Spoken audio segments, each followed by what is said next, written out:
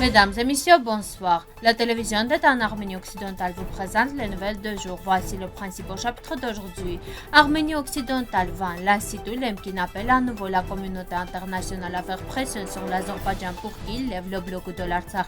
Résolution conformément à l'article 34A1 de la Constitution sur la reconnaissance du génocide de 1915 à 1918 des Assyro-Chaldéens. Les victimes du tremblement de terre de Samosa ne reçoivent de tentes que par des volontaires. L'église du village arménien de Vagefla en Arménie occidentale occupée a été endommagée par le tremblement de terre. Le nettoyage et la restauration d'objets anciens trouvés dans le cimetière du village de Nerking et Tachen se poursuit. Le leader de l'opposition turque s'oppose au report des élections en raison du tremblement de terre. Le tremblement de terre qui s'est produit le 6 février a causé des dommages dévastateurs à la ville de Van et aux régions voisines. Le développement dans ces zones a été réalisé avec des projets à faible résistance systématique et l'ampleur des destructions et le nombre de victimes ont atteint des proportions douloureuses. Il convient de noter que Van est l'une des capitales de l'Arménie occidentale. La citadelle a été construite au centre de la ville, ce qui a permis de résister aux ennemis et de garder la ville imprenable. Van était également la ville centrale de la province de Vaspurakan de la Grande Arménie où la famille dirigeante de Vaspurakan, les Artsrouni, régnait. La véritable origine du nom Van est inconnue. Il est associé au nom du roi arménien Van. Selon une autre version, il s'agit d'une version phonétique de Bianili. Les Arméniens ont vécu avant jusqu'en 1915. Pendant le génocide, les habitants de Van ont mené une bataille héroïque contre les troupes turques. Les Turcs qui occupaient la ville détruisirent les quartiers arméniens.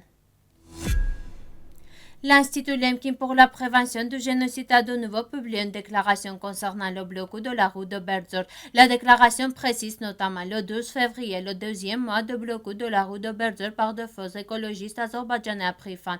Malgré certains efforts de la communauté internationale, rien n'indique que le blocus sera levé ou que le régime azerbaïdjanais sera sanctionné pour avoir permis, toléré et soutenu cette crise humanitaire. Au contraire, la communauté internationale semble prête à garder le silence tant que ce régime se prépare à organiser un autre génocide des Arméniens de Souche. L'Institut Lemkin pour la prévention du génocide a déjà publié un avertissement et plusieurs mises à jour informant de la nature génocidaire des actions criminelles de l'Azerbaïdjan pendant la guerre d'agression en 2020, de l'escalade de la violence en septembre 2022 et du blocus en cours des Arméniens en Artsakh début décembre 2022. Nous réitérons une fois de plus notre appel à la communauté internationale pour qu'elle fasse pression sur l'Azerbaïdjan afin qu'il élève immédiatement le blocus, impose des sanctions contre le régime azerbaïdjanais pour ses actes criminels réguliers contre le peuple arménien et aide à établir un mécanisme approprié de dialogue pacifique, de défense et de sécurité du peuple arménien dans la région création. L'Arménie occidentale apprécie hautement les efforts déployés par l'Institut Lemkin et exprime sa volonté d'apporter son soutien au cours de cette importante mission. Walter Benjamin a déclaré que le progrès humain ne peut être réalisé tant que justice n'est pas rétablie pour les victimes de la persécution. Nous sommes redevables à ceux qui sont morts pendant le génocide contre les Arméniens, à leur souffrance et à leur mémoire. La construction de l'État turc moderne était basée sur la persécution des minorités religieuses et ethniques. Premièrement, les minorités chrétiennes ont été exterminées, puis ce fut le tour de ceux qui étaient considérés comme incompatibles avec l'identité nationale fondée sur le sunnisme et la turcité. Le traité de Lausanne a posé les bases de l'identité religieuse et ethnique du nouvel État turc. Un ministère de la Justice de Mustafa Kemal Atatürk déclara en 1930 que tous les amis, les ennemis et les montagnes sachent bien que le maître de ce pays, c'est le turc. Ceux qui ne sont pas de purs turcs n'ont qu'un seul droit dans la patrie turque, c'est le droit d'être le serviteur, c'est le droit à l'esclavage. La France, en reconnaissant le génocide des Arméniens qui ne concerne pas seulement les Arméniens, ne l'est pas ignoré. Le mérite de cette résolution est de les associer plus distinctement à l'hommage rendu à tous les morts de 1915. L'intégralité de l'article est disponible sur notre site web.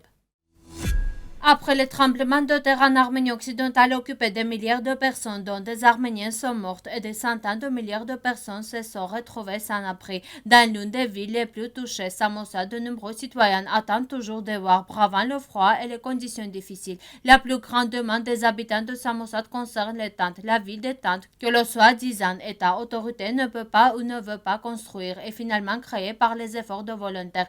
L'un des volontaires notant qu'il essaie d'aider la population avec leurs propres moyens, a déclaré. De nombreuses tentes envoyées par des partis politiques, des ONG et des volontaires ont été confisquées avec nos fonds. Nous essayons d'établir une vie de tente pour les familles qui sont restées à l'extérieur. Le premier jour où nous sommes arrivés à Samosat, nous avons réalisé que le travail était très insatisfaisant. En fait, l'État régional n'était pas prêt à affronter cette catastrophe. Cependant, malgré tous les obstacles, nous essayons de résoudre les problèmes des jeunes avec différentes alternatives et nos propres moyens. Considérant cette opportunité, l'Arménie occidentale, à l'initiative de l'association High Jump, a déjà commencé la mobilisation des forces dans la collecte des fournitures nécessaires. Nous vous invitons à vous joindre à nous pour aider notre population touchée par le tremblement de terre en Arménie occidentale. Vous pouvez également contacter Western Armenia TV pour établir le contact. L'église de Sainte-Mère de Dieu dans le village arménien de Vagefle en Arménie occidentale occupée a été endommagée par le tremblement de terre. Perch Kartun, le chef de village de Vagefle situé à pied de la montagne de Moussa, a noté que certaines maisons de village, l'église de Sainte-Mère de Dieu et l'école ont été endommagées à la suite du tremblement de terre de Marash. Le chef de village arménien a noté que Vagefle est l'une des rares colonies de la région où il n'y a eu aucune victime à la suite du tremblement de terre. L'Arménie occidentale communique régulièrement avec les habitants touchés par le tremblement de terre et transmet des informations aux structures humanitaires internationales pour une réponse rapide et un travail efficace.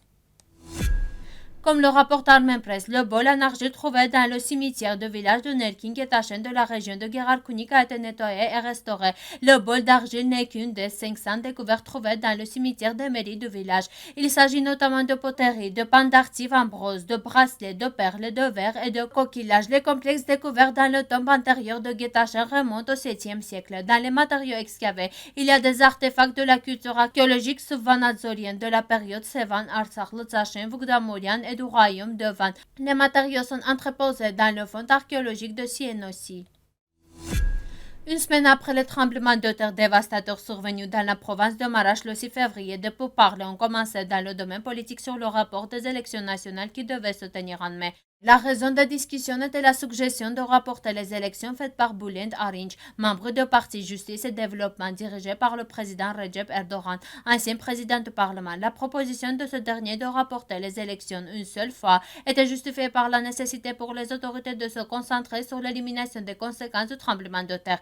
Le chef du principal parti d'opposition turc, République populaire, Kemal Kılıçdaroğlu, s'est fermement opposé à cette proposition. Ce dernier a qualifié l'éventuel rapport des élections prévues en mai d'inconstitutionnel car la loi principale de ce pays ne prévoit un rapport qu'en cas de guerre. La Constitution est très claire. Les élections ne peuvent être rapportées qu'en cas de guerre. Par conséquent, puisqu'il n'y a pas de guerre, les élections ne peuvent pas être rapportées. Personne ne peut créer une norme juridique unique pour lui-même en faisant des justifications en dehors de la Constitution et des lois.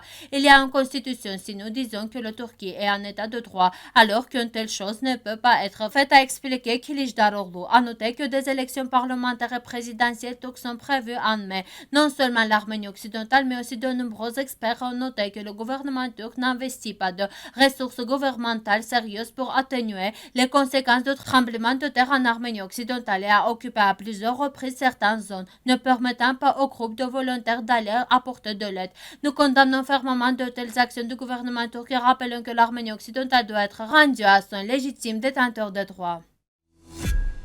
Merci de votre fidélité. À la fin de notre émission, vous pourrez profiter d'une performance musique folklorique des Arméniennes. Vous pouvez écouter la version complète de la musique sur notre site web.